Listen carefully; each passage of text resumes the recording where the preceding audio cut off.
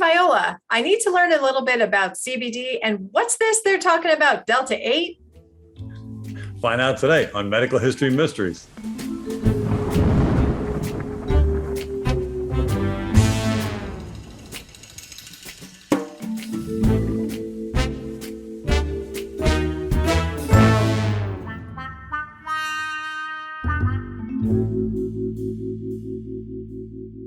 Welcome to Medical History Mysteries. I'm Dr. Pamela Maragliano-Muniz, and with me, as always, Mr. Pharmacology, Dr. Tom Viola.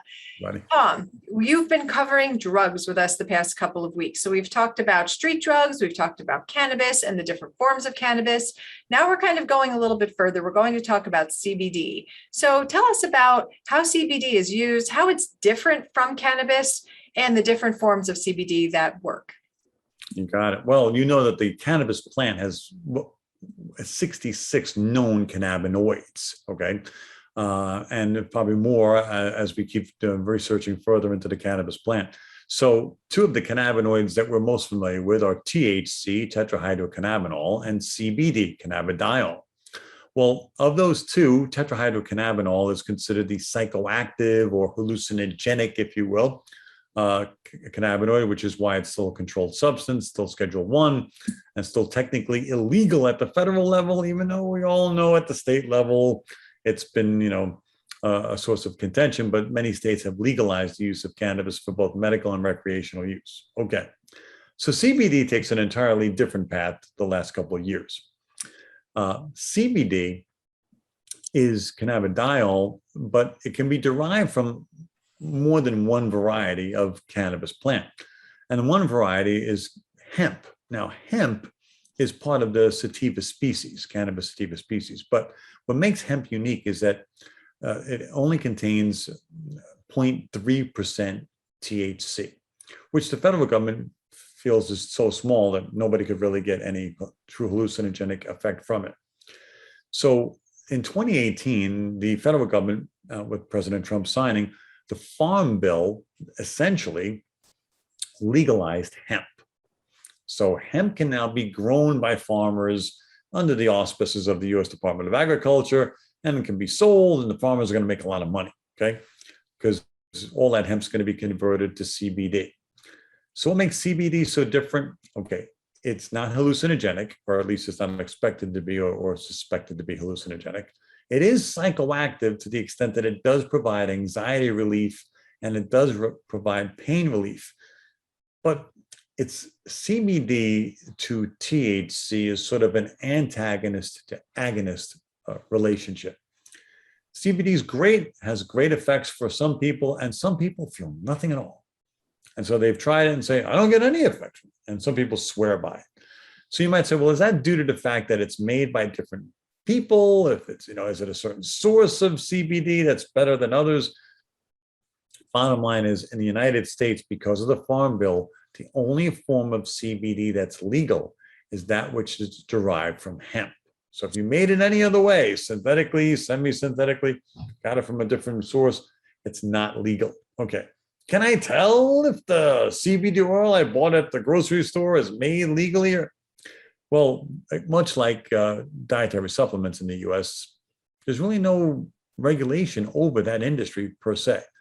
So the FDA has issued some guidelines, and we all know that the CBD you buy should be made from hemp, but that's not necessarily the case because maybe nobody's really watching. The greatest danger with CBD is not overdose, believe it or not. It's the fact that, as we talked about on a different episode, it could be adulterated. So what if I wasn't so great at making this CBD? Maybe I included other cannabinoids that I shouldn't have. That's one thing. Also, what if I'm a nefarious CBD producer and decide, well, people think I made this from hemp, but actually I made it synthetically, and therefore I was able to up the THC concentration a little more, like 0.4%, 0.5%. I can still sell it on the same shelf as the other products, but after using my product versus those, you're going to say, I like yours better. So now, there's that specter as well. The greatest danger that's actually come from hemp/CBD is the fact that since hemp is legalized, anything derived from hemp is legal. Okay, that worked out great for CBD. I can use it, as I said, for pains and anxiety. There's even some talk of using CBD chairside, to treat perioperative anxiety and preoperative anxiety. But then along comes Delta-8. Now, if you don't know what Delta-8 is, don't feel bad. What the heck is Delta-8? Okay, so tetrahydrocannabinol, or THC, what we normally refer to as THC, is really Delta-9 tetrahydrocannabinol. Then the Delta-9 refers to specific bond placement in the molecule, okay? Delta-8 THC, as you might imagine, based on its name, is very similar to Delta-9 THC, except for bond placement, right? So Delta-8 tetrahydrocannabinol, which people call Delta-8 THC, or more simply Delta-8, is just as hallucinogenic as Delta-9 THC. Okay, but Delta-8 THC can be made from hemp. So technically, it's a legal hallucinogen, which you can buy online anytime you want with a credit card. So I offer this sort of an advisory message to all of our dental professional friends out there, because I know there may not just be dental professionals, they could be moms and dads and grandparents and so on. So keep this in mind, that your children and grandchildren have never had greater access to cannabis to begin with because of the widespread social, political acceptance of its use. Keep in mind also that there are Delta-8 and variants out there that can be purchased online, and it's not illegal, but they can have the same hallucinogenic effects and adverse effects that cannabis can have. Wow. So will it specifically say Delta-8 on it, or are there other names for Delta-8? Well, like, again, dietary supplements, it could be Delta-8 THC, could be Delta-9 THC, could be adulterated with other things, like we talked about in another episode, where I might add something else. The bottom line is it's a very poorly understood part of the industry right now. And unfortunately, it's open and ripe for nefarious individuals to include other ingredients besides just Delta-8, because in the tight market of Delta-8 competitors now, I want to make my product better than yours. So maybe I add fentanyl, or maybe I add something else. And that becomes a problem overall, because I'm still being able to buy it over the counter online. And therefore, I don't know what's in the product I just purchased.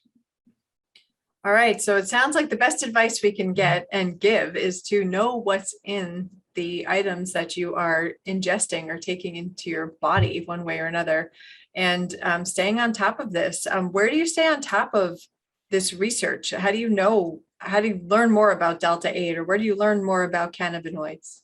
DEA. The DEA has a great website. They are really good at listing all of the different drugs that are available, both as illicit drugs that are used illicitly. So the DEA offers a great resource for all of us. Just check out the website every so often, find out what's new, but stay in touch with your community, because Delta-8 really started in the Southwest and didn't pick up steam until its widespread acceptance in the Southwest made it spread to other parts of the country. If you missed it, if you missed the memo, and understandably so, you're busy and didn't know that Delta-8 had its start in the Southwest, you may have missed it altogether, and all of a sudden now it's in your own backyard. So check out the DEA site occasionally and get a feel for what's available, but also keep in contact with your local law enforcement. I work with law enforcement all the time on cases like this. So keep in mind that when there was community outreach out there and there's published bulletins, check out your local law enforcement's website, find out what the current issues are, be knowledgeable, both as a dental practitioner and as a parent, grandparent.